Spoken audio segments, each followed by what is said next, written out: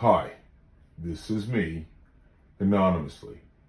This is a first of its kind series where I share a portion of my life unedited. For me to be able to do this, I have to stay anonymous, and I will also have to keep the names of everyone involved in the story anonymous. I've decided to do this partly for myself so I can tell my story truthfully and accurately. The other reason is I want to possibly help someone who's in a similar situation. My story is like so many other people's stories. I was partying my face off, I met a girl, we fell in love, we got married, and then of course it all fell apart.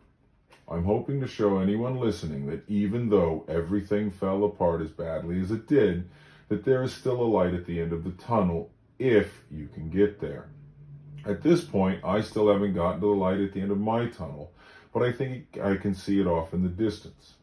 With that being said, hi, this is me, anonymously. This story starts in October of 2001. Just a month earlier, 9/11 had just happened and the whole world had changed forever. Airports had armed National Guard members and security was pretty crazy. I was in Las Vegas visiting a woman that I was dating at the time. She was working in Vegas for a few days, and I had flown out there to hang out with her.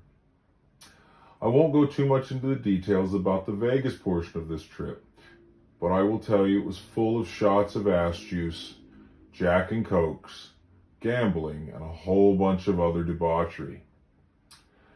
I got to LAX in the afternoon after missing my first flight. A friend of mine, who we're going to call Blanche, was of course very late picking me up from the airport. I was experiencing one of the worst hangovers I've ever had and decided to lay down on a bench outside of the Delta terminal until she got there. While I was waiting to be picked up, Blanche had a friend that happened to be waiting for her flight, and Blanche sent her out to come see me and keep me company for a few minutes. We're going to call her Marla. Marla called me and told me where she was, and I told her where I was, and then she came out of the airport, found me, sat down, we talked for about 10 minutes, and then she went back into the airport to catch her flight. We obviously exchanged phone numbers, and I got back to waiting for Blanche to show up. Blanche has now informed me that she won't be picking me up, but she has a friend coming to get me. So he finally shows up, I hop in his car, and I don't know that I've ever been more afraid to be in the passenger seat before. This is my first experience with LA drivers.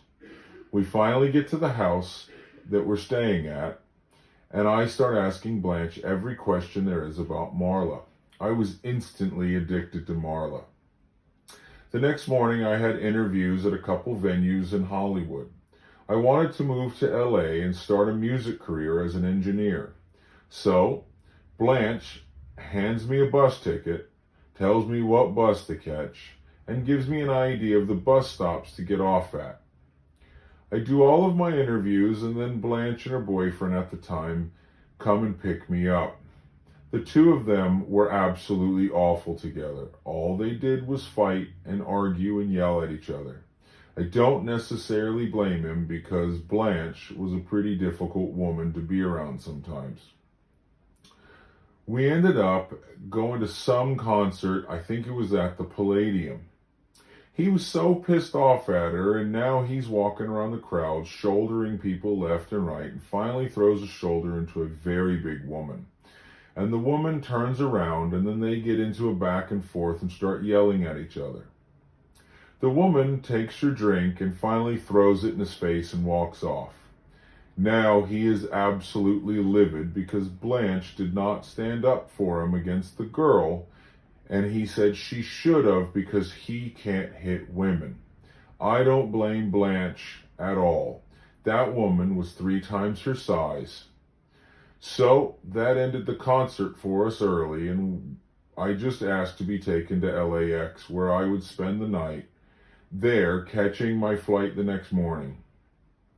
I didn't think I could spend any more time with the two of them, and they were constantly yelling at each other, which just drove me nuts. They dropped me off at the airport, and I go find a quiet place to sit down, and I ended up calling Marla. Marla's on the East Coast in a hotel room, drunk as can be. We spoke up until the time our phones pretty much died.